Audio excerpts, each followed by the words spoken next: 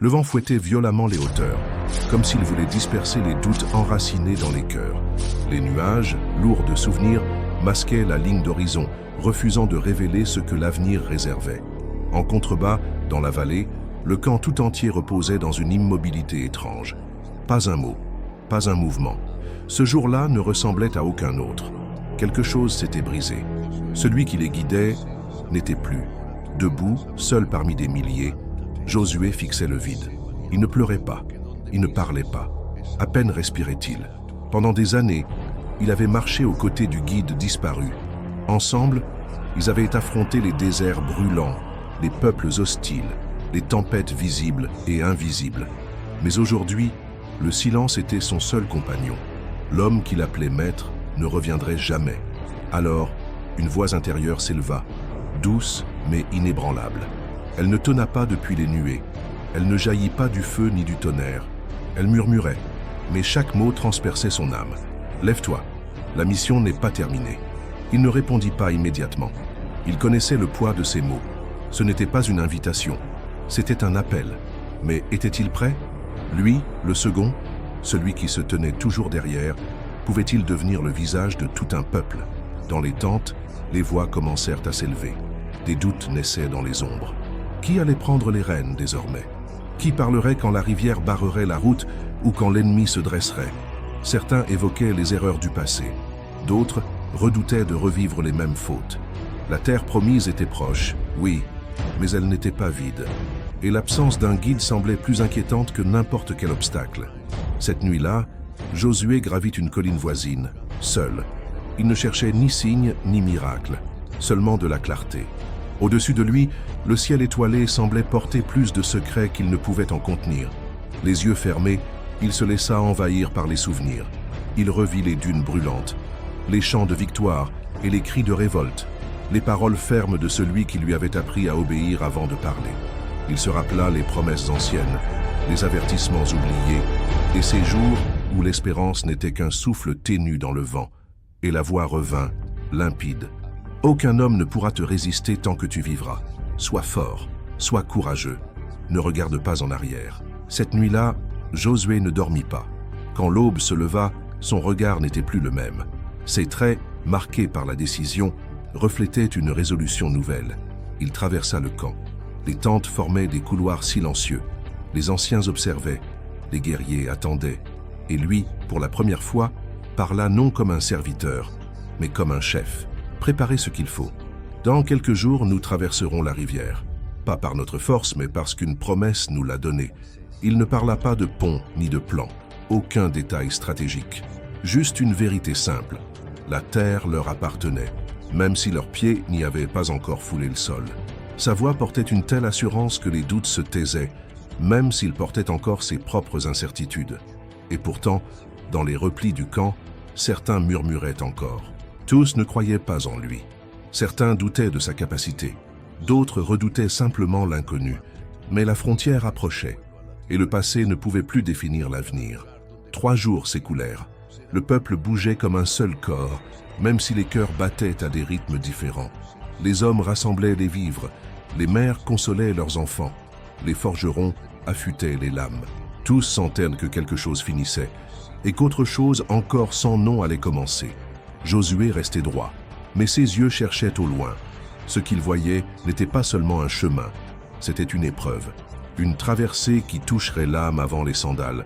Ce n'était pas seulement une conquête géographique, c'était une épreuve intérieure. La veille du départ, il convoqua les chefs des tribus. Il parla peu, chaque mot pesait. Ce qui vient sera difficile. Mais souvenez-vous, nous ne sommes pas seuls. Chaque pas sera inscrit dans la mémoire, et chaque choix aura un poids. Dans la pénombre épaisse de la nuit suivante, tandis que le camp entier reposait dans un calme presque sacré, Josué s'éloigna en silence. Ce n'était pas pour prier ni méditer cette fois, mais pour regarder. Depuis un promontoire rocheux, il observa le fleuve devant eux, la dernière grande barrière avant la terre promise. Les eaux dévalaient puissamment, indomptables. Aucun pont, aucune embarcation. Rien d'humain ne permettait la traversée. Face à ce mur liquide, Josué posa en silence la question que tout chef porte un jour dans son cœur. Comment, Seigneur? Comment franchir l'impossible? Aucune voix ne répondit. Aucun éclair ne fendit le ciel. Juste le bruissement éternel de l'eau qui semblait le défier. De retour à sa tente, il trouva un messager qui l'attendait. Il ne parlait ni de danger, ni de maladie. Il portait une simple nouvelle. Le peuple est prêt. Josué acquiesça non parce qu'il savait quoi faire, mais parce qu'il avait compris. Diriger ne signifiait pas tout comprendre. C'était avancer même quand les réponses tardaient. Lorsque l'aube effleura l'horizon, un jour nouveau s'ouvrit. Un jour qui resterait gravé dans les mémoires.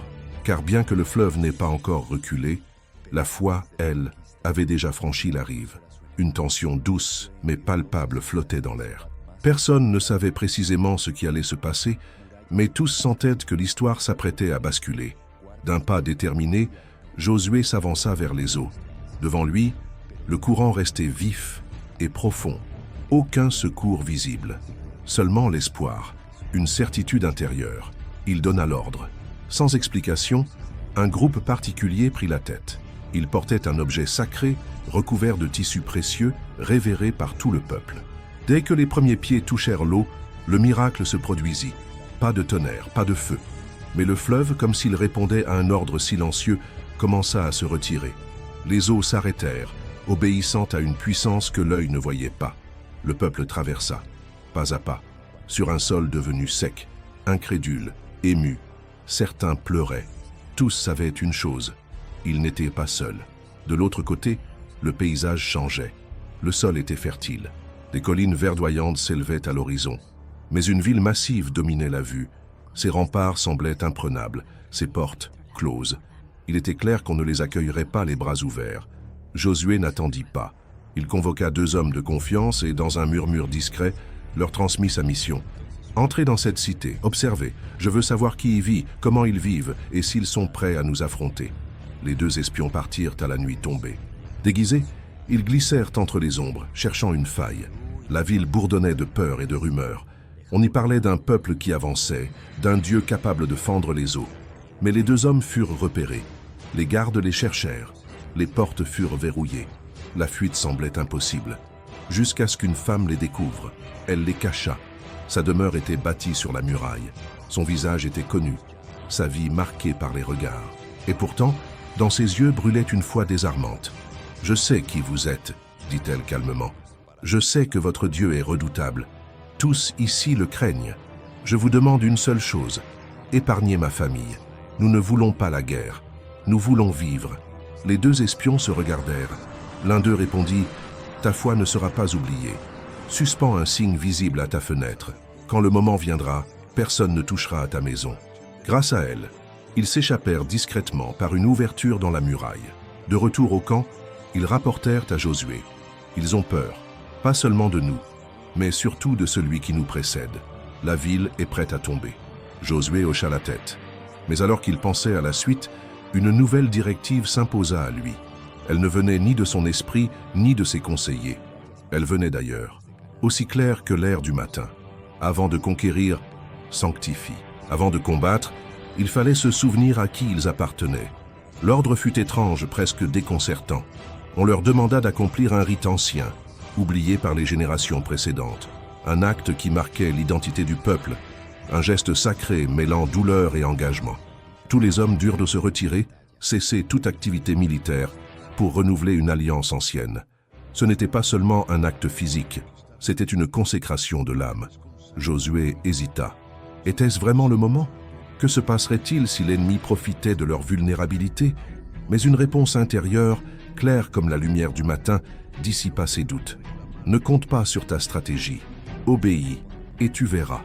Le camp devint silencieux pendant plusieurs jours. Plus de pas militaires, plus de cris d'entraînement. Un calme inattendu s'installa, rythmé par les prières, la méditation et la guérison. La ville fortifiée, en hauteur, observait, mais elle ne bougea pas. La peur, plus que la prudence, la maintenait enfermée. Quand le peuple retrouva ses forces, une cérémonie fut organisée. Une fête rare, une première depuis des décennies. Ils mangèrent ensemble, non plus de la manne céleste, mais des fruits de cette terre nouvellement foulée. Ce fut un repas simple, mais lourd de sens. La promesse se réalisait sous leurs dents. Ce soir-là, Josué quitta le camp, seul. Il grimpa une colline pour observer la ville. Les murailles semblaient indestructibles. Les portes, impénétrable. Alors qu'il méditait, une silhouette se dessina non loin, immobile, une présence imposante. Une épée pendait à sa ceinture. Josué s'avança prudemment. « Es-tu avec nous ou avec nos ennemis ?» La réponse tomba inattendue. « Je ne suis pour aucun camp. Je suis avec celui qui est au-dessus de tous. » Josué comprit aussitôt. Il s'agenouilla, bouleversé. Il ne chercha pas à comprendre davantage. Il murmura seulement « Que veux-tu que je fasse ? Suis le plan, pas le tien. Celui qui t'est donné. Marche, fais confiance, et tu verras l'impossible devenir réel. » À l'aube, Josué convoqua ses chefs. Ce qu'il annonça n'était pas une stratégie militaire, pas de machine de guerre ni de siège, juste une marche, en silence, autour de la ville, une fois par jour, sans provocation, sans riposte. Les chefs écoutèrent, incrédules. Certains froncèrent les sourcils, d'autres échangèrent des regards perplexes, mais aucun ne contesta. Josué n'imposait pas son idée, il transmettait une instruction. Les premiers jours furent tendus. Le peuple avançait, entourant la ville sans un mot, tandis que les habitants, derrière les murs, observaient avec perplexité. Les moqueries cédèrent vite au silence. Quelque chose d'incompréhensible se produisait. Le dernier jour, l'ordre changea. Il fallait tourner 7 fois. Et cette fois, le silence serait brisé, mais au moment juste. Alors, quand la 7e marche fut achevée, Josué leva la main. Maintenant, le cri du peuple fut comme un séisme, un rugissement porté par la foi. Et soudain, les murailles tremblèrent. Elles ne cédèrent pas au coup, elles tombèrent d'elles-mêmes, comme si le sol lui-même les reniait. La ville fut prise. Mais au cœur de ce jugement, une fenêtre laissait pendre un cordon rouge. Dans cette maison, une famille attendait. Elle fut épargnée, comme promis. Le peuple célébra la victoire. Mais Josué ne se laissa pas emporter. Ce n'était que le début. Il y aurait d'autres villes, d'autres épreuves. La suivante semblait minuscule. Un village modeste sans grande défense. Des espions furent envoyés. Leur rapport fut confiant. Inutile d'envoyer tout le monde. Une petite troupe suffira. Mais l'arrogance fut punie. La bataille, qui devait être facile, devint désastre. Les soldats revinrent blessés. Certains ne revinrent pas du tout. Josué fut brisé. Il tomba à genoux, le cœur ravagé. Pourquoi, Seigneur? Pourquoi? Pourquoi échouons-nous maintenant, après tout ce que nous avons accompli? La question de Josué transperça le silence, né d'un cœur brisé, d'une confiance ébranlée. Mais la réponse ne tarda pas à tomber aussi tranchante que juste. Quelque chose m'a été volé. Ce qui m'était destiné a été caché. Tant que cette faute restera dans le camp, vous n'irez pas plus loin. Alors, une enquête fut lancée. Tente par tente, regard par regard, jusqu'à ce que la vérité soit mise à nu. Un homme pris par la convoitise avait dissimulé un butin sacré sous le sol de sa demeure. Il avait agi dans l'ombre, croyant pouvoir échapper à l'œil divin. Mais rien n'échappe à celui qui sonde les cœurs. Le peuple se rassembla attristé et solennel. L'homme avoua, et la justice fut rendue. Ce n'est qu'à ce prix que la route se rouvrit devant eux. La bataille suivante fut différente. Cette fois, Josué ne s'empressa pas d'attaquer. Il consulta, il attendit, il écouta. Lorsqu'un plan lui fut révélé, il l'accepta sans réserve. Le peuple ne marcha pas de front. Une embuscade fut mise en place. On feignit la fuite, attirant les ennemis hors de leur ville. Et quand l'adversaire crut avoir gagné, l'assaut réel surgit de l'arrière. La victoire fut totale, mais plus encore, elle fut instructive. Ce n'est ni le nombre ni la force qui garantissent le triomphe, c'est l'obéissance. Ce jour-là, Josué saisit une vérité qui redéfinirait sa manière de conduire. Le pouvoir véritable ne résidait pas dans les armées, mais dans l'écoute attentive. Suivre les directives de celui qui voyait plus loin que les murailles, même quand le plan paraissait illogique, était la clé. Les succès récents redonnèrent courage au peuple. La plaie de leur précédente défaite restait vive, mais la confiance renaissait. Pourtant, Josué restait vigilant. Il connaissait les pièges de l'arrogance. Il savait que la moindre décision, même insignifiante, pouvait orienter le destin. C'est alors qu'un groupe inattendu arriva au campement. Des hommes vêtus de guenilles, leurs sandales usées, leurs sacs pleins de miettes et de pain moisi. Tout chez eux criait la fatigue d'un long voyage. L'un d'eux s'inclina et parla avec humilité. « Nous venons d'un pays lointain. Nous avons entendu parler de votre Dieu, de ses prodiges. Nous ne cherchons pas la guerre. Offrez-nous un pacte de paix. » Leur apparence semblait confirmer leur récit. Les vêtements, la nourriture, même l'odeur, Tout donnait l'image d'étrangers venus de loin. Les conseillers chuchotaient « Ils ne sont sûrement pas d'ici, trop usés, trop éloignés pour être une menace. » Mais quelque chose dérangeait Josué, une inquiétude diffuse, un soupçon qu'il ne formula pas. Il ne consulta pas le Très-Haut, il ne chercha pas le discernement, il se fia à ses sens et scella le pacte. 3 jours plus tard, le mensonge éclata. Ces hommes n'étaient pas des voyageurs lointains, ils venaient de tout près, des voisins rusés, déguisés pour survivre. Leur ruse était un acte de peur, et cela fonctionna. Quand le subterfuge fut découvert, l'indignation secoua les chefs d'Israël. Josué les convoqua. « Pourquoi avez-vous menti? Pourquoi avoir caché votre véritable identité ?» Le porte-parole des étrangers ne mentit pas davantage. « Nous avions peur. Nous savions que nous ne pouvions pas vaincre votre Dieu. Nous voulions vivre. » Rien de plus. Josué soupira longuement. Il avait été trompé, mais un engagement avait été pris, et même bâti sur des paroles fausses, un serment reste un serment. Alors il déclara « Vous vivrez, mais vous servirez. Vous serez des porteurs d'eau, des coupeurs de bois. Vous resterez parmi nous, mais non comme des égaux. » Ils acceptèrent. Mieux valait l'humilité que la destruction. Mais le stratagème n'échappa pas aux autres royaumes. Quand les souverains de 5 grandes cités apprirent qu'un peuple voisin s'était soumis à Israël, la colère éclata. Ils se réunirent dans l'ombre. Si Gabaon survit, aucun de nous ne sera en sécurité. Il faut frapper fort, tout de suite. Nous frapperons sans retenue. Nous réduirons leur ville en cendres et ferons comprendre à Israël qu'ils ne sont pas intouchables. Les mots des 5 rois résonnaient comme un tambour de guerre. Gabaon, la ville qui avait trahi leur alliance en pactisant avec les envahisseurs, allait payer. Des milliers de soldats marchaient déjà, déterminés à anéantir tout sur leur passage. La nouvelle parvint rapidement jusqu'à Josué. Un messager haletant, le visage couvert de poussière et les pieds ensanglantés, pénétra dans le camp. Gabaon est encerclé. 5 armées convergent vers elle. Ils implorent notre aide. Josué n'hésita pas. Nous avons juré. Même si l'alliance fut née de la tromperie, notre parole reste sacrée. Il ne perdit pas un instant. Avant même que l'aube ne colore le ciel, il donna l'ordre. Les troupes partiraient sur le champ. Ils marcheraient toute la nuit, traverseraient les collines sans repos. Le terrain était rude, les distances longues, mais le temps pressait plus que la fatigue. Sous les étoiles, les pas des soldats résonnaient en cadence. Beaucoup gardèrent le silence, le cœur partagé. Risquer leur vie pour des alliés qui les avaient dupés? Certains doutaient, mais Josué, lui, marchait avec une détermination inébranlable. Il savait que cette bataille était plus qu'un affrontement militaire. C'était un test de loyauté, une preuve que la fidélité à la parole donnée était aussi un acte de foi. À leur arrivée, la vallée tremblait déjà. Les 5 nations encerclaient Gabaon. Le ciel rougeoyait, chargé des lueurs des torches et des cris des combattants. Le feu semblait danser sur la crête des collines. Alors, sans prévenir, Israël chargea. Les ennemis, confiants dans leur supériorité, ne s'attendaient pas à une attaque aussi soudaine. Le désordre éclata.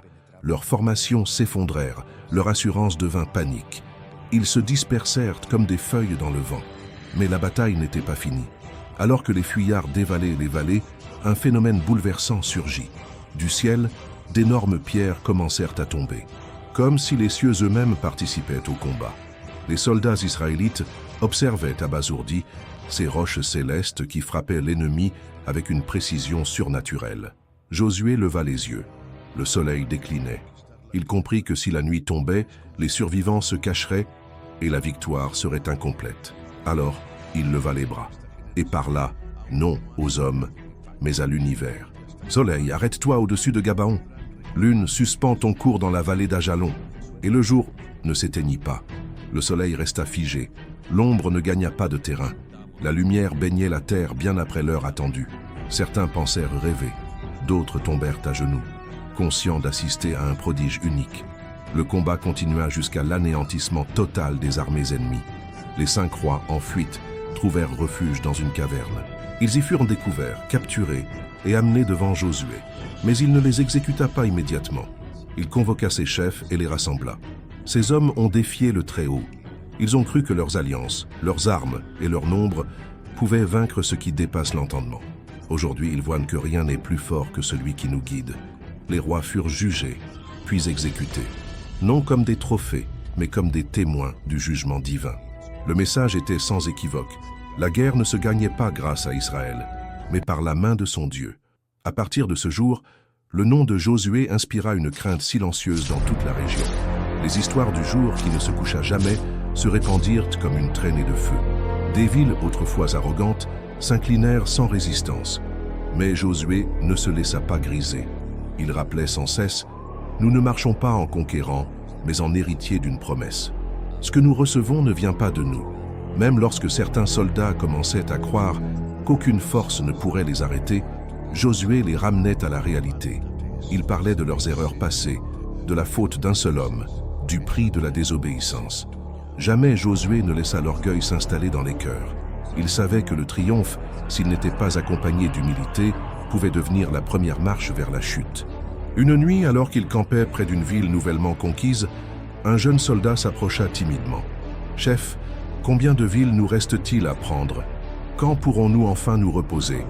Josué, les yeux tournés vers le feu, répondit sans détour, mais avec tendresse. « Le jour du repos viendra lorsque chaque tribu aura reçu ce qui lui est dû, lorsque chaque promesse aura été accomplie. » Et ainsi, ils poursuivirent, sans relâche, sans détour. Car la mission n'était pas simplement militaire, elle était sacrée. Mais en Josué, quelque chose commençait à évoluer. Il n'était plus seulement le stratège des batailles, il devenait le gardien d'un peuple, un père attentif, dont chaque parole guidait des milliers de vies. Chaque décision résonnait au-delà des boucliers et des frontières. Parfois, il s'éloignait seul vers les hauteurs, non pour élaborer des plans, mais pour se souvenir, pour méditer sur ses débuts, lorsqu'il n'était qu'un serviteur discret. Il se rappelait que ce n'était ni sa force ni son intelligence qui l'avaient conduit là, mais sa foi. Sous la voûte étoilée, il comprenait une vérité que peu osaient nommer. Les guerres s'éteindraient, mais la paix poserait d'autres défis. Obéir dans le tumulte de la bataille, c'est une chose. Rester fidèle dans la prospérité, c'en est une autre, bien plus difficile. La victoire de l'éternel jour m'appartenait au passé, mais son écho traversait les cœurs. Alors que les derniers guerriers rentraient au camp, couverts de sueur et de poussière, les champs s'assombrissaient sous le crépuscule. Chacun portait sur son corps les marques de la lutte. Casques cabossés, armes émoussées, regards épuisés. La conquête, qui avait commencé dans l'incertitude, avançait désormais comme un fleuve sûr de sa source. Josué, debout sur une butte, contemplait le paysage. Il ne cherchait pas d'ennemis à l'horizon. Il regardait la terre elle-même, ses vallées, ses rivières, ses collines. Elles n'étaient plus des territoires hostiles. Elles étaient l'étoffe vivante d'une promesse ancienne. Et le moment était venu d'en partager les fruits. Mais avant cela, quelques bastions résistaient encore. Alors, les troupes furent divisées. Certains partirent au nord, escaladant des montagnes peuplées de peuples farouches. D'autres descendirent vers les plaines du sud, où de riches cités fortifiées n'avaient pas encore fléchi. Nulle région ne fut ignorée. Chaque victoire rapprochait un peu plus le peuple de son héritage. Au milieu de ces conquêtes, une silhouette familière s'avança vers Josué.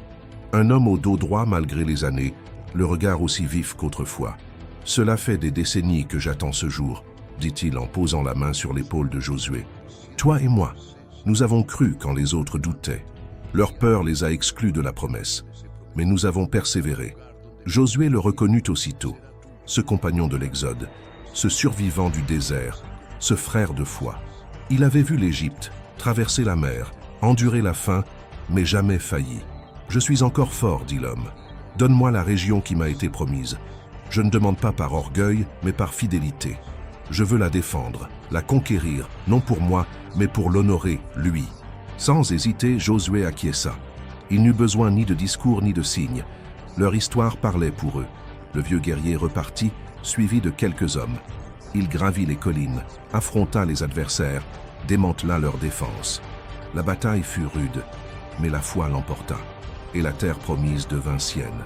Ce territoire devint un refuge pour ses descendants, un témoignage vivant que la fidélité persévérante trouve toujours sa récompense. Au fil des victoires, le territoire se redessina. Tribu après tribu, les chefs s'approchèrent de Josué, les yeux pleins d'espoir. Ils voulaient connaître leur portion, l'endroit où planter leurs tentes, les champs où leurs enfants grandiraient. Assis au centre du campement, Josué, entouré des anciens et des scribes, fixa la foule silencieuse rassemblée devant lui. Ce jour n'était pas un jour ordinaire. Il marquait un tournant. La guerre touchait à sa fin et il était temps de tenir la promesse. Le partage des terres commença non pas au hasard, mais avec un soin rigoureux. Chaque territoire fut attribué selon l'histoire de chaque tribu, leurs responsabilités durant les épreuves et leurs besoins particuliers. Il ne s'agissait pas d'une simple répartition de terres, mais de l'accomplissement d'une destinée. Une tribu reçut une région fertile à l'ouest, baignée de soleil et propice aux moissons. Une autre fut envoyée dans les montagnes abruptes du nord, exigeantes mais riches en ressources. Une troisième fut établie près des rivières, là où l'eau abondante favorisait la pêche et les échanges commerciaux. À mesure que les terres étaient distribuées, les chefs de chaque clan délimitaient les frontières avec des pierres dressées, symboles visibles de leur héritage. Les familles se rassemblaient pour contempler leur futur territoire. Des chants s'élevaient, des larmes coulaient. Ce n'était pas une simple installation, c'était la naissance d'un foyer. Mais l'harmonie ne régna pas entièrement. Des tensions émergèrent. Certaines tribus estimaient leur portion insuffisante. D'autres redoutaient la proximité de peuples hostiles qui n'avaient pas encore été chassés. Josué convoqua tous les chefs. Son regard était grave, mais sa voix resta ferme et mesurée. « Si vous avez la force de vous plaindre, vous avez aussi celle de vous battre, déclara-t-il. Si des ennemis subsistent, alors faites front. La promesse est réelle, mais elle exige vigilance et engagement. » Les paroles furent entendues. Les tribus se mobilisèrent, consolidèrent leurs frontières et achevèrent ce que d'autres avaient laissé inachevé. Une fois la répartition terminée, une autre instruction arriva à Josué. Ce n'était pas une idée venue de son esprit, ni le conseil d'un sage. C'était une directive claire, pressante, presque sacrée. Il fallait établir des villes de refuge. Elles seraient implantées en des lieux choisis avec soin, non comme cachette pour coupables, mais comme sanctuaires de justice. Des espaces où les accusés pourraient se présenter, non pour échapper à la loi, mais pour être entendus équitablement.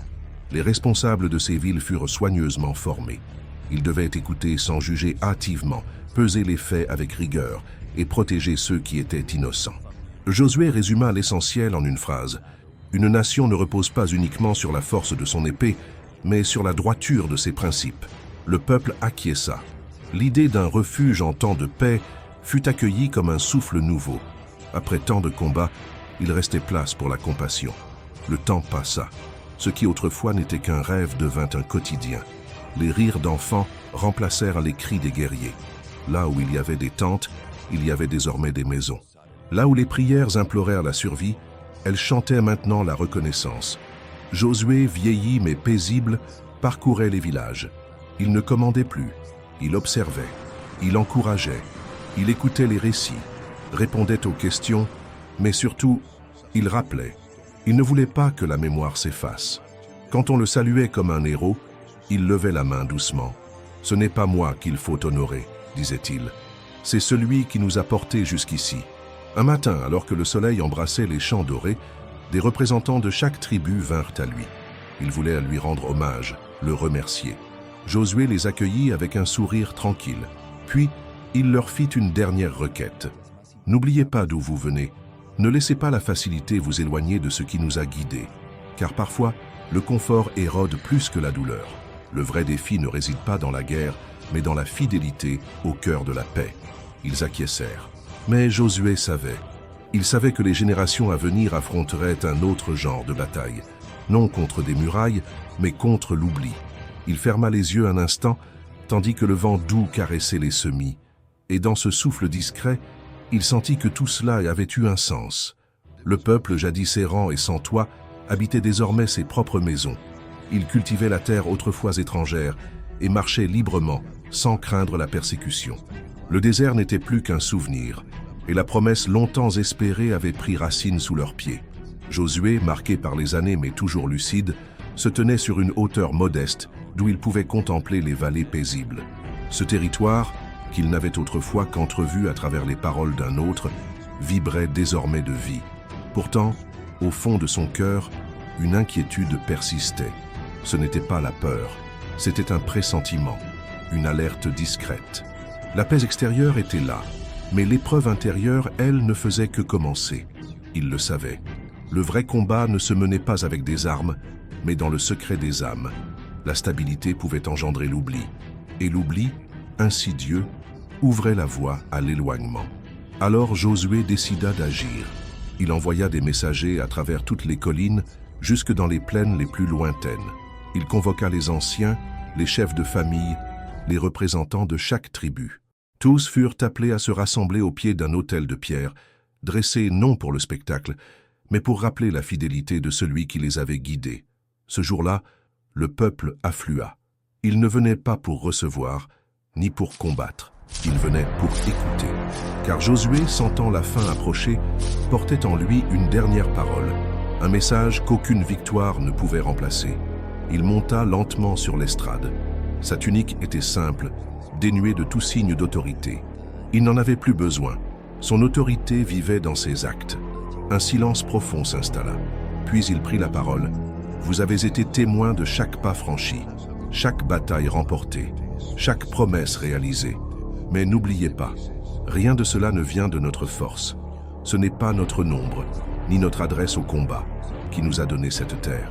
C'est une voix qui nous a guidés, une présence qui ne nous a jamais quittés. » Un murmure d'assentiment s'éleva, mais Josué leva la main. « Aujourd'hui, vous vivez dans des maisons que vous n'avez pas construites.